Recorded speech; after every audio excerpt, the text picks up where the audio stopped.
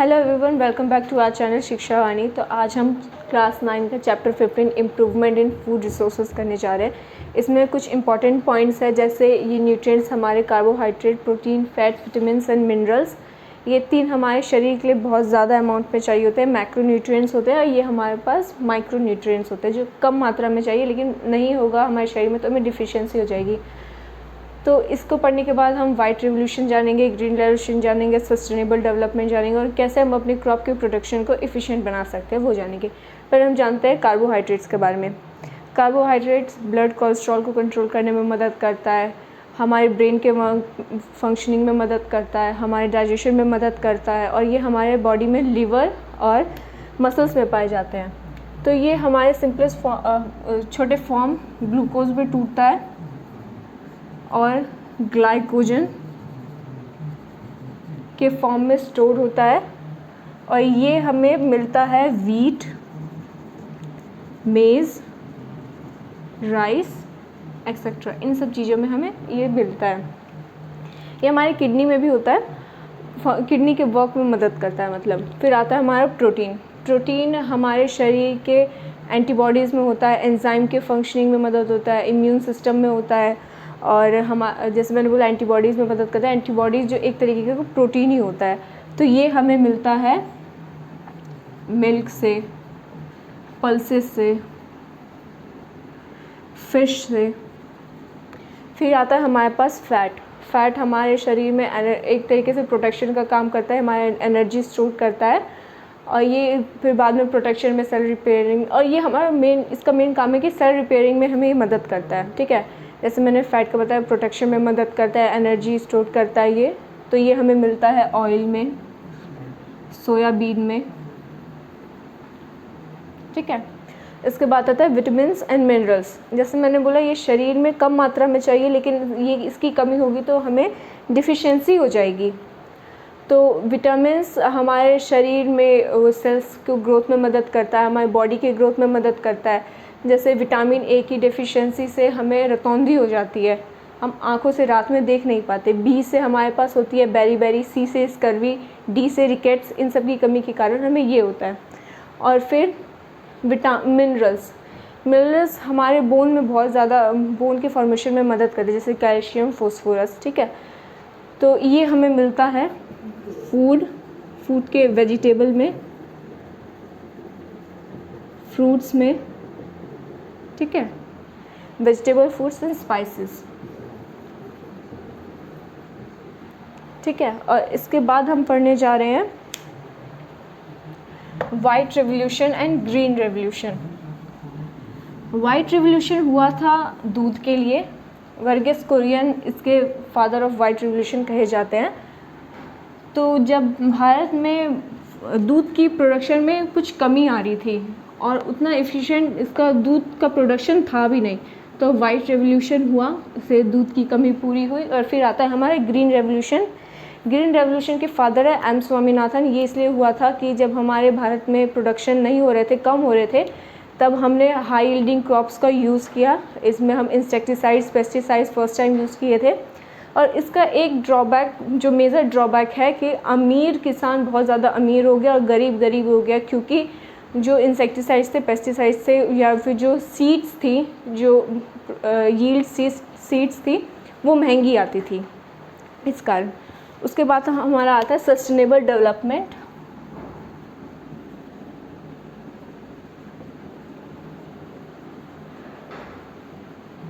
Sustainable development क्या होता है? ऐसा डेवलपमेंट जो हम डेवलप करें लेकिन हम अपनी मदर नेचर को, हम अपने इन्वायरमेंट को कोई अफेक्ट ना करें। मतलब ऐसा डेवलपमेंट जो हम खुद भी डेवलप करें और दूसरों को भी कोई नुकसान ना पहुंचाए। ठीक है, तो एग्रीकल्चर में ये हमारे पास बहुत ज़्यादा ज़रूरी हो गया, क्योंकि सिर्फ फूड होना ज़रूरी नहीं है। मैं खाना मेरे पास है, जैसे स्टोर करके मैंने रख लिया है, दुकानदारों में खाना रख लिया, लेकिन कोई मुझसे तब तक खाना खरीदने आ ही नहीं सकता जब तक उसके पास पैसा हो। तो उसके पास पैसा होना भी ज़रूरी है, सिर्फ खाने होने से नहीं होता है। पैसा होना, खाने होने का भी स्टोर होना, मतलब सब कुछ ज़रूरी है। ठीक है, तो इसलिए हमें बहुत सारी चीज़ों का ध्यान रखना पड़ता है कि हम सस्टेनेबल डेवलपमेंट करें और हेल्थ भी हमारे लिए एक मेजर इशू बन जाती है आजकल। तो कुछ टर्म्स हैं जो हमें ज़रूरी है सस्टेनेबल डेवलपमेंट के लिए, या फिर कभी हमारे पास एक चीज़ ख़राब हो जाए तो हम दूसरी चीज़ की मदद से अपना गुजर बसर कर सकते हैं, जिसमें आता है मिक्स्ड फार्मिंग। एग्रीकल्चर के रिलेटेड मैं बता रही हूँ। इसमें हम फार्मिंग तो कर ही रहे हैं, लेकिन फार्मिंग के साथ साथ हम इसमें एनिमल्स को भी रख रहे हैं। जैसे मान लीजिए मेरे पास एक डेयरी मान लेती हूँ और उसके साथ मेरा एग्रीकल्चर है ही।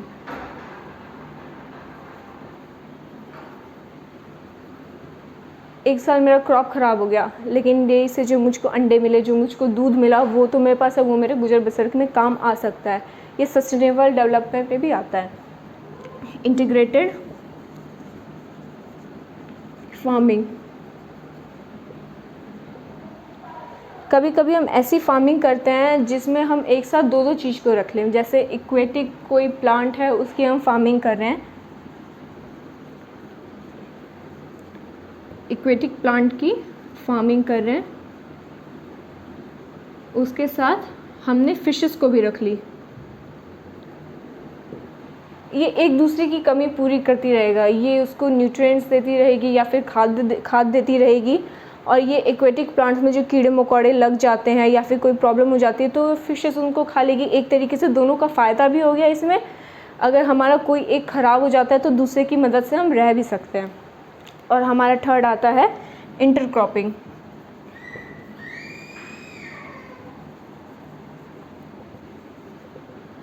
जैसे ये एक फील्ड है,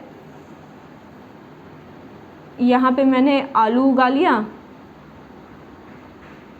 यहाँ मैंने टमाटर उगा लिया, यहाँ मैंने मान लीजिए प्याज कर दिया। जो कीड़ा आलू को लगेगा वो टमाटर और प्याज को नहीं लगेगा। मान लीजिए आलू ख़राब हो गया, लेकिन हमारा टमाटर और प्याज हमारे साथ रहेगा। जो कीड़ा प्याज को लगेगा वो टमाटर और आलू को नहीं लगेगा। तो प्याज अगर ख़राब हो गया तो हमारे पास टमाटर और आलू बच गया। इसलिए ये सब क्रॉपिंग ज़रूरी होती है फार्मिंग में। तो इसके बाद हम आते हैं कि हम क्या क्या करते हैं अपने क्रॉप जो हमारी फार्मिंग हुई है उसको एफिशिएंट बनाने के लिए।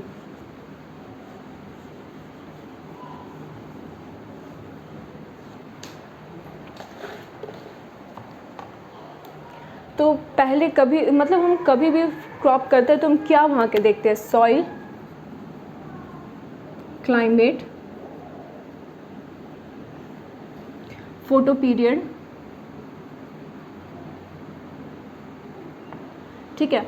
वहाँ का सॉइल कैसा है? अब बंजर ज़मीन में तो खेती तो नहीं कर सकते, तो उसके लिए सॉइल देखना ज़रूरी है। क्लाइमेट, कोई अगर फसल है जो सर्दी में उगेगी, इस समय में उगेगी, इतने धूप में उगेगी, उतनी हम गर्मी में नहीं उगा सकते। और फोटो पीरियड वो होता है कि सन से लाइट उसको कितनी देर तक मिलेगी, वो होता है फोटो पीरियड, ठीक है। तो इसके बाद एक और आता है हमारा टेम्परेचर।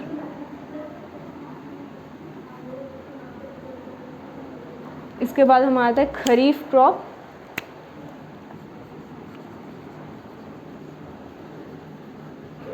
And rabi crops. ये क्रॉप्स हमारी रेनी सीजन में लगते हैं।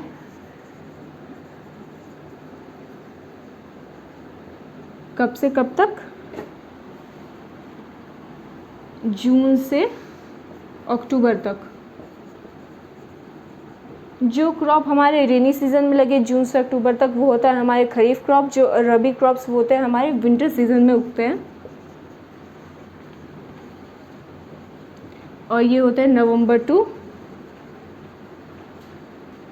अप्रैल, ठीक है। रबी क्रॉप का एग्जाम्पल है वीट, ग्राम, मस्टर्ड। और खरीफ क्रॉप का एग्जाम्पल है अरहर दाल, सोयाबीन, ठीक है। तो इसके बाद हम पढ़ेंगे कि हमको क्या क्या ज़रूरत है एक एफिशिएंट क्रॉप के लिए। 1952 से 2010 तक 4% हमारी क्रॉप की यील्डिंग बढ़ी है और 25% एरिया बढ़ा है। हमें क्या क्या ज़रूरत है?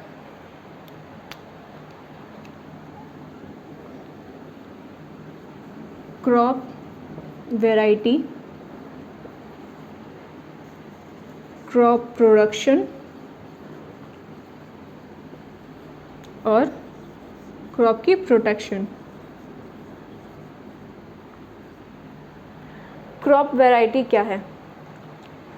हम जैसे एनिमल्स में करते हैं, एक सेलेक्टिव पेरेंट्स को हम चूज़ कर लेते हैं कि इन दोनों में मीटिंग होगी तो एक नया हमें डिज़ायर्ड एनिमल मिल जाएगा। जो मान लीजिए गाय का है, गाय में हमें देखना है कि वो ज़्यादा दूध दे, तो हम लोग दो सेलेक्टिव डिज़ायरेबल पेरेंट्स को चूज़ कर लेते हैं जिनमें वो सेलेक्टिव कैरेक्टर्स हैं, तो फिर ब्रीडिंग करवा के हम नए एनिमल्स ऐसे कर लेते हैं जिनके पास वो कैरेक्टर्स होते हैं। तो वैसे ही हम क्रॉप में करते हैं।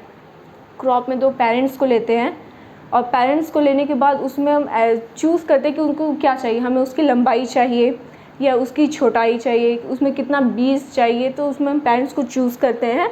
तो इससे हमारी क्रॉप वैरायटी देखने को मिल जाती है और क्रॉप यील्डिंग अच्छी होती है। फिर क्रॉप प्रोडक्शन, ये करने के बाद हमारा क्रॉप का प्रोडक्शन कैसा हो रहा है। और थर्ड है क्रॉप प्रोटेक्शन, जो हमारा क्रॉप बना है उसकी प्रोटेक्शन करना। तो पहले हम क्रॉप वैरायटी के बारे में पढ़ेंगे।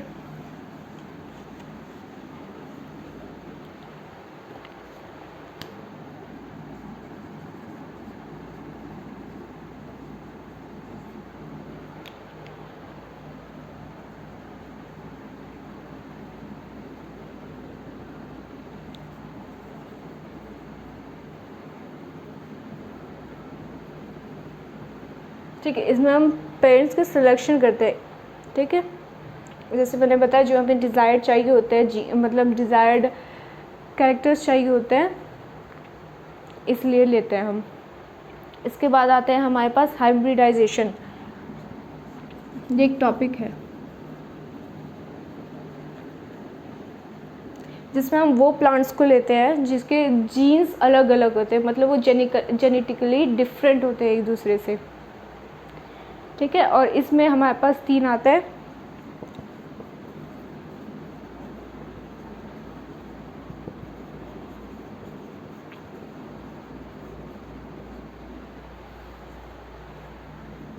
और इंटरजेनेटिक, इंटरस्पेसिफिक, इंटरवेराइटल, इंटरजेनेटिक। इनमें वैरायटी अलग अलग होती है, इनमें स्पीसीज अलग होती है, इसमें जीन्स अलग अलग होते हैं।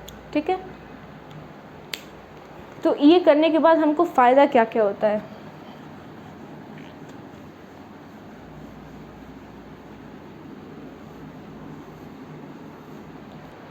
जैसे कि अभी हमने पढ़ा हाइब्रिडाइजेशन, जिसमें डिसिबुलर प्लांट्स को हम यूज़ करते हैं जिसके जेनेटिकली वो सेम ना हो, जिसमें इंटरस्पेसिफिक, इंटरजेनेटिक और इंटरवेराइटल्स प्लांट्स आते हैं। तो और हमने देखा कि ये ज़रूरी इसलिए है क्योंकि वो डिज़ीज़ फ्री होते हैं, मतलब जो एक पर्टिकुलर डिज़ीज़ उनको लगता है अगर वो डोमिनेंट है तो उसको डिज़ीज़ वो नहीं होगा, वो फर्टिलाइज़र के में रिस्पॉन्स कर पाएगा अच्छा। तो अब हम देखते हैं कि why variety improvement is needed. Variety की इम्प्रूवमेंट हमें क्यों ज़रूरी है। हायर यील्ड्स, क्रॉप जो हमारा प्रोडक्शन हो रहा है उसका प्रोडक्शन ज़्यादा हो पर एकड़, हायर प्रोडक्शन ऑफ क्रॉप्स पर एकड़। दूसरा है इम्प्रूव्ड क्वालिटी, जैसे मैं कोई तेल का उगा रही हूँ, तेल की कोई प्रोडक्ट उगा रही हूँ क्रॉप्स में, तो मैं ऐसी चीज़ नहीं उगाऊंगी ना जिसमें उसकी क्वालिटी और कम हो जाए। तो अगर मैं कोई तेल का उगा रही हूँ या फिर कोई ऐसा प्लांट उगा रही हूँ जिसमें प्रोटीन है, तो मैं उसको ऐसे उगाऊंगी, ऐसे सीड्स यूज़ करूँगी, ऐसे केमिकल्स यूज़ करूँगी जिससे उसकी क्वालिटी घटे ना, उसकी क्वालिटी प्रिजर्व्ड रहे, उसकी क्वालिटी और अच्छी ही हो जाए। ठीक है, थर्ड आता है रेजिस्टेंस टू इन्वायरमेंट। इसमें हमारा बायोटिक एंड एबायोटिक, जैसे मैंने बोला कोई डिजीज़ लग जाती है, नेमेटोड्स लग जाते हैं प्लांट्स में, तो वो बायोटिक में आ जाएगा। एबायोटिक में हमारा इन्वायरमेंट आ जाएगा, जैसे एयर, वाटर, टेम्परेचर, जो इन सबको ख़राब कर सकते। तो हमें ऐसे सीड्स या ऐसे प्लांट्स की ज़रूरत है, ऐसे क्रॉप्स की ज़रूरत है जो रेजिस्टेंट टू इन्वायरमेंट हो, मतलब उसको कोई भी बाहरी चीज़ जो बायोटिक हो, जो लिविंग हो या जो नॉन लिविंग हो, उसको अफेक्ट ना कर पाए। थर्ड है चेंज मैच्योरिटी पीरियड, मतलब एक प्लांट है जिसको उगने में 2 महीना लग रहा है और वही प्लांट 1.5 से 1 महीने में उग जा रहा है, तो ऐसे पूरे साल फार्मर बहुत बार उसको क्रॉप उगा लेगा। मतलब अगर 1 महीने में उग रहा है कोई प्लांट, या मान लेते 2 महीने में उग रहा है, तो पूरे साल में वो 6 बार उगा लेगा। इसमें हम सॉइल, टेम्परेचर, वेदर का, क्लाइमेट का ध्यान रखेंगे, क्योंकि विंटर, समर और रेनी सीजन में अलग अलग तरीके के क्रॉप्स उगते हैं। तो वो जैसे 2 महीने का टाइम है उसका, 2 महीने में क्रॉप उग जाएगी, तो पूरे साल में वो 6 बार उगा लेगा। अगर उसी की जगह 4 बार हो रही है तो पूरे महीने में वो पूरे साल में वो 3 बार उगा पाएगा। तो हमें ऐसे क्रॉप्स चाहिए जो जल्दी बड़े हो जाए और उसके बाद फार्मर्स अपना क्रॉप चेंज कर ले या उसी क्रॉप को दोबारा जल्दी से उगा ले। ठीक है। और इसके बाद हमारा आता है डिज़ायरेबल कैरेक्टर्स, कि हमें उसमें कैसा कैरेक्टर्स चाहिए। ठीक है। तो जैसे हमारा वीट है, उसमें हमको चाहिए, जैसे हमारा सीरियल्स, तो उसमें हमें चाहिए कि उसका जो प्लांट हो वो छोटा हो, ड्वार्फनेस इन सीरियल्स। इन प्लांट्स में हमें चाहिए कि वो प्लांट, उसका कैरेक्टर जो है ये छोटा हो, हमें सीरियल्स में चाहिए। ये होता है डिज़ायरेबल कैरेक्टर, मतलब जो हमको चाहिए, हम इसके जेनेटिकली मॉडिफाइड कर देंगे इसको और हमको वो मिल जाएगा जो हमें चाहिए। और वाइडर एडेप्टेबिलिटी, मतलब एक प्लांट है, उसको मैंने मान लीजिए कोई सॉइल में उगा दिया, सॉइल 1 में उगा दिया जैसे मैंने उसको, तो अब मुझको चाहिए ये इम्प्रूव्ड है, तो ये दूसरे सॉइल में भी हम उगा सकते हैं, हम सॉइल 2 में भी उगा सकते हैं इसको, अगर ये अच्छी तरह से मॉडिफाइड है। कोई है कि बहुत ज़्यादा गर्मी में कोई अगर क्रॉप उगता है, या फिर कोई थोड़ी सी भी उससे कम हो तो उसमें भी उग जाए, तो यही हमें वाइडर एडेप्टेबिलिटी, मतलब वो खुद अडेप्ट हो जाए इन्वायरमेंट से, तो इसे हम कहते हैं वाइडर एडेप्टेबिलिटी। ठीक है। मतलब इन्वायरमेंट को वो अपने आप के हिसाब से टॉलरेट कर दे। जैसे एग्जांपल के तौर पे पोलन ग्रेन्स होते हैं, इसमें भी हम वो ऐड कर सकते हैं resistant to environment. Pollen grains होते हैं जो उसकी आउटर कवरिंग होती है ना, वो इतनी एंजाइम इतनी मजबूत होती है कि वो उसको बायोटिक एबायोटिक फैक्टर्स अफेक्ट ही नहीं कर पाते। उसकी एडेप्टेबिलिटी भी वाइडर होती है, वो एक जगह से दूसरी जगह भी जा सकता है, वो किसी इन्वायरमेंट में भी रह सकता है, उसको कुछ इफेक्ट नहीं पड़ेगा, वो अडेप्ट हो जाता है और रेजिस्टेंट रहता है। ठीक है। तो आज की वीडियो में बस इतना ही। आगे हम इसके न्यूट्रिएंट्स की बात करेंगे कि हम इसको कैसे इम्प्रूव कर सकते हैं, इसके प्रोडक्शन को। ठीक है। Thank you.